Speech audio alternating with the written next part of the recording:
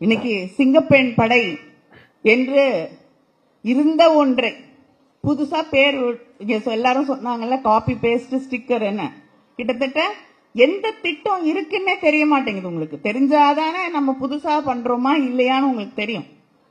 முதலாக பெண்களை காவல்துறையிலே கொண்டு வந்தது தலைவர் கலைஞர் அவர்கள். பெண்கள் பாதுகாப்புக்காக ஒரு தனியாக பிரிவை உருவாக்கியது நம்முடைய ஆட்சியிலே, திராவிட முன்னேற்ற கழக ஆட்சியிலே நம்முடைய அண்ணன் தளபதி அவர்கள். இன்னைக்கு புதுசா பேரு கொடுத்து யூனிஃபார்ம் கொடுத்தீங்கன்னா அது புது திட்டமா மாறிடுமா? நீங்க புதுசா பேர் வைங்க.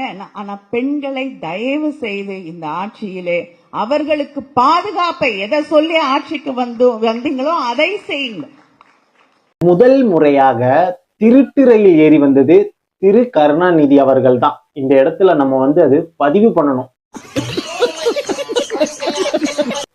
இல்ல, திமுக காரங்கிட்ட நான் ஒண்ணு கேக்குறேன், எந்த மேடைக்கு போனாலும் பெண்கள் பாதுகாப்பு வேணும், பெண்கள் பாதுகாப்பு இல்லை அப்படின்னு சொல்லி தாவேகா அரச இவ்வளவு குறை சொல்லிக்கிட்டே இருக்கீங்களே, கடந்த 5 வருஷமா உங்க ஆட்சியில நடக்காத கொடுமையாயா கடந்துச்சு?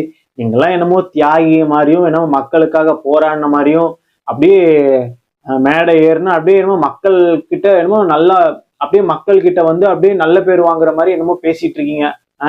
மக்களுக்கே தெரிஞ்சிருச்சியா நீங்கெல்லாம் நம்பர் 1 டுபாக்கூர்னு. அதாவது நீங்களாம் ஏதோ ஒரு திட்டம் போட்டீங்கன்னு வச்சுங்களேன், அந்த திட்டத்துல எவ்வளவு கொள்ளையடிக்கணும் தாயா போடுவீங்க. அதாவது பெண்கள் பாதுகாப்பை பத்தி பேசுறாங்க. ஏன் உங்க ஆட்சியில அவ்வளோலாம் நடந்துச்சு, அப்பெல்லாம் எங்க போனீங்க? கோமால இருந்தீங்களா இல்ல ஃபாரின்ல இருந்தீங்களா? இல்ல கேக்குறேன், எந்த மேடை ஏறினாலுமே தாவேக்கா அரச எதையாவது ஒண்ணு குறை சொல்லிக்கிட்டே இருக்குது. சிங்கப்பெண் அதிரடி படை ஆரம்பிச்சாரு, ஓகே நல்லதா ஆரம்பிச்சிருக்காரு, நல்லதா பண்ணுங்கன்னு சொல்லி ஏதாவது ஒரு வாழ்த்து தெரிவிச்சிருந்தா பரவாயில்ல. அங்க ஏதாவது குறை கண்டுபிடிச்சு அதை விமர்சனம் செய்யணும். அப்படியே நம்ம திமுக கட்சியில இருக்கவங்க எல்லாருமே யோகியமா இருந்திருக்காங்க போல. யாரும் எந்த தப்பும் பண்ணதே இல்லை. உங்க கட்சியில இருக்க முக்காவாசி பேர் தப்பு பண்ணியிருக்காங்க.